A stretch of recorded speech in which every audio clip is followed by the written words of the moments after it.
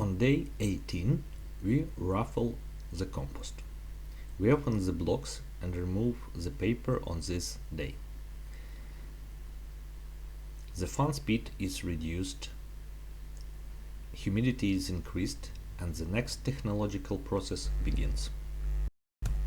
On the day of opening and ruffling the compost, the fans run at minimal speeds and the humidity is increased. At this point, the grower should assess how well the incubation has gone. Attention should be paid to the quality of the compost, mycelium development, and any problem areas such as black spots or blocks. If everything went well, the compost should be well colonized with a pleasant smell, and the mycelium should have grown into the straw. It is important to check whether the mycelium have been wiped off the surface of the straw. If not, this is good sign. This is essential to know what actions will follow. On this day, if everything is good and the compost quality and mycelium incubation are good, I usually do light ruffling on the top layer, about 5-10 centimeters. This helps to ruffle the surface of the compost and improve water absorption. Watering should be done directly on the compost. If this stage is skipped and watering is done immediately, the water will run off the surface like it's a brick, collecting in the lower layers of the compost and not penetrating evenly, making it ineffective. After light ruffling, I water directly onto the compost. The average amount is up to 4 liters per square meter, distributed over 2 waterings or several 1 liter portions, so the water can be absorbed by the compost. I'll repeat, I monitor the quality of mycelium incubation. The better the incubation, the more I can water, and the worse it is, the less I will water. After adding water, deeper ruffling can be done. If equipment is available for ruffling, using machines greatly improves the result. The deeper the ruffling, the better the compost will breathe and absorb moisture more evenly. The deeper you can ruffle it, the better the result. Before watering, be sure to inspect the compost. If there are problematic areas or blocks, they should not be watered to avoid provoking the development of diseases, if they are present. In this case, it's better to skip the watering altogether. After opening the compost, it is left for another day. During this period, the humidity remains high and the fan speeds are kept at a minimum level.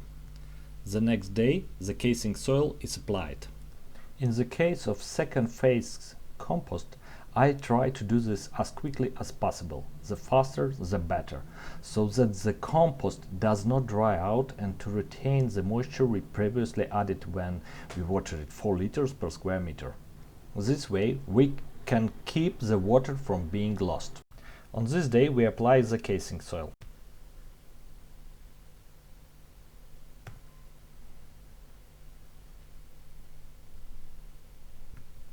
The humidity in the growing room remains high to prevent both the compost and the casing soil from losing moisture.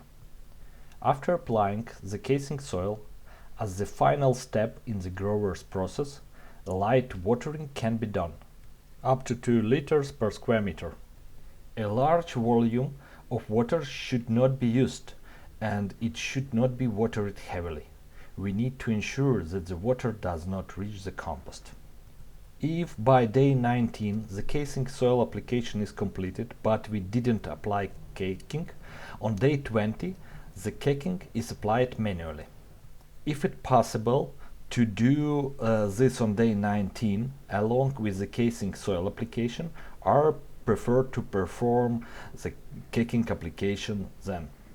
But if not, the caking is applied the day after the casing soil application. When applying the caking, it is important to distribute it evenly throughout the growing room. Usually 1 or 2 people is enough to do this. If the process is done by a large number of people in section, the evenness of the application is disturbed, which will lead to difficulties in the development of mycelium. Often this results in uneven growth of the mycelium. We apply the casing on this day. I will mark it with letter K. After applying the caking on day 20, an additional watering can be done. If the casing is dry, 2 liters of water per square meter are added. I will note it here. Then the caking is mixed with the casing soil. It is important to pay attention to the moisture of the casing soil to maintain its structure during mixing.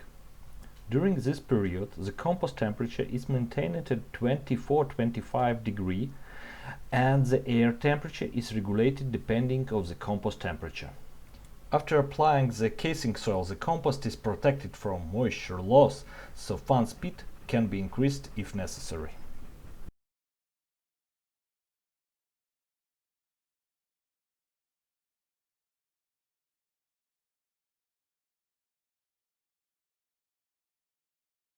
After mixing the caking with the casing soil on this day, I recommend a light rolling on the casing soil. This can be done in various ways, such as using the plastic pipes. The tool should be light to avoid pressing the casing soil too hard. Rolling is essential as it helps to maintain the clearness of the mushrooms and the structure of the casing soil after clearing the flesh. If casing soil is too fine, rolling can be skipped.